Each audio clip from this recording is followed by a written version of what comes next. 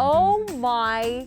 Okay, I don't know if you guys saw that, but his stance was here and the ball somehow went there. So when he hit the club, it went this way and then it went that way. I don't know. It was just a normal shot. Do it again and hit the green.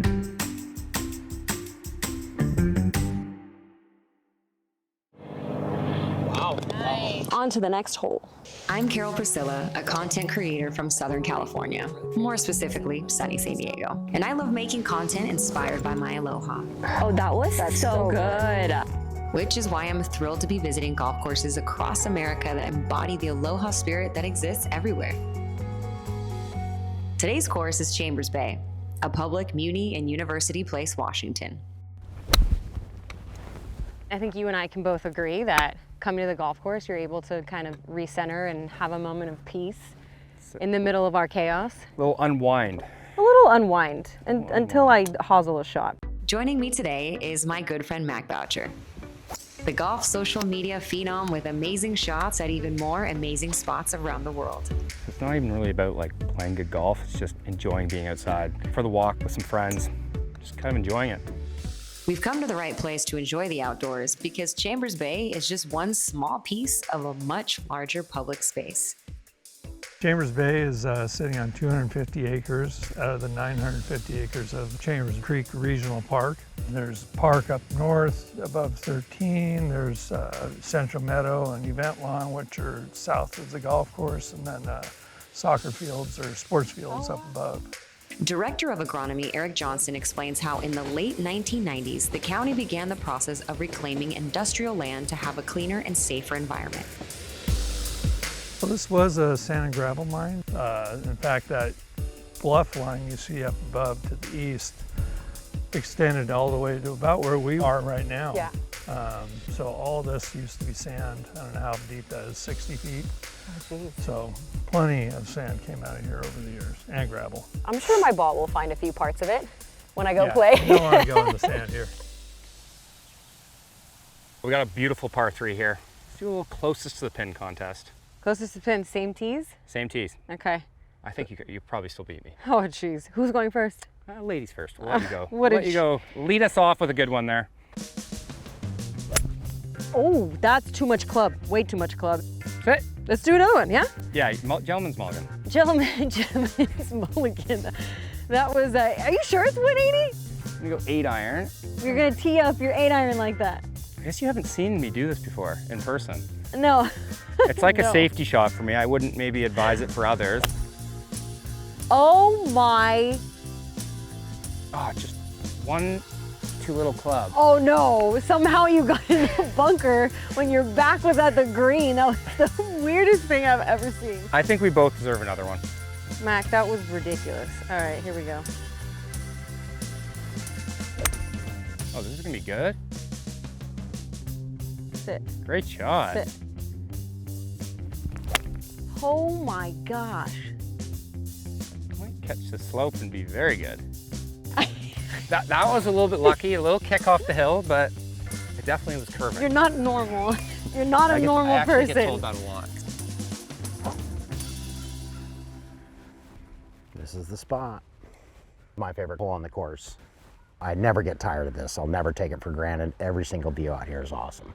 Brian Pierce is the golf operations manager at Chambers Bay. He tells Mac that in 2003, the property officially transferred to Pierce County and golf course planning began. It got mined out and the county purchased it and decided to put a golf course here. They put a bid out to get some great designers out here. We ended up with Robert Trent Jones Jr. that built an amazing golf course. It's so unique to this area that it really kind of almost adds a lot of value to the history that was before this was a golf course. The Trent Jones team reworked the sand piles left behind into dunes along the coast and built holes around existing landforms that had been shaped by centuries of coastal weather. You know, with all the character that we have, having some of the old sorting bins and for what the rock quarry was, and some of the concrete structures here really adds a lot of character to the property. Yeah, which I find super cool because to be able to turn something that was completely different to what it is now, it's pretty amazing. It's a unique property and it's like our playground for golfers. People come here and this is something totally different than what we're used to in this area playing golf. Okay, so we have a 398-yard par 4. That's pretty tight. I would say driver. All right, you said go right. Yeah, and the wind's a little bit that way as well, so it should help blow it right. Okay. I mean, that is pretty much the exact line we told you to head at. That was a good tip. That's got a cut. I don't think that's the line that I told you to hit to, but we can make something happen from there. I should have offered you a tip. I actually needed the tip. Course construction began in 2003 with a set of very specific goals. To start, create a true link-style course that would generate revenue to fund past and future projects. Oh. But more importantly, to take the necessary steps to make the course as eco-friendly as possible. We're playing a scramble now. Hey, Mac, we're playing a scramble. I don't know if you knew that. Most of the water you see on the course is serving as drainage retention. So a lot of the water that comes from the east side out of the hill goes into a drain pipe and ends up in that pond by 10.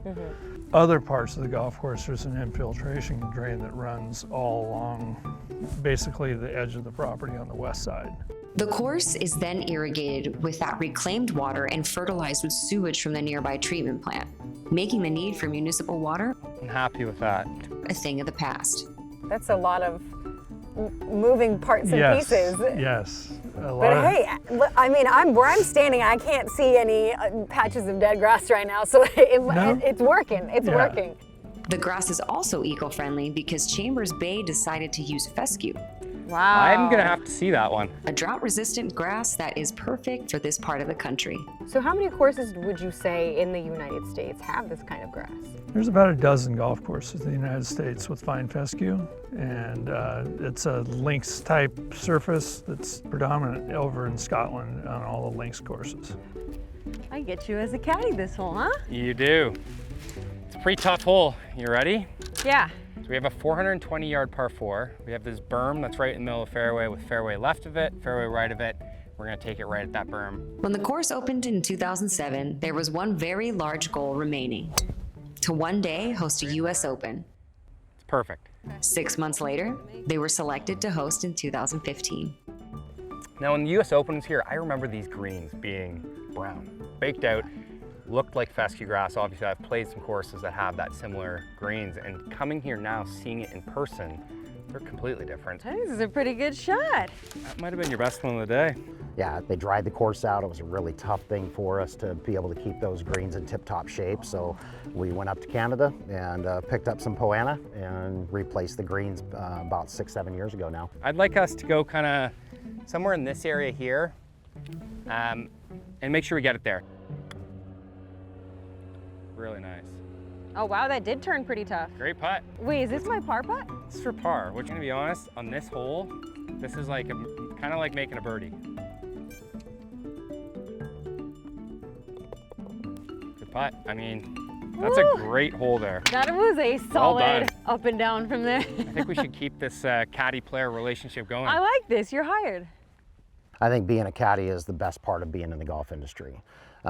You're on the experience with the player, so you're going to help create the most memories for that player that day, or those players that you're carrying for. Being able to match caddies up with players and creating that experience has been one of my favorite jobs in this industry, and I've been able to do it here for 10 plus years, and it's awesome.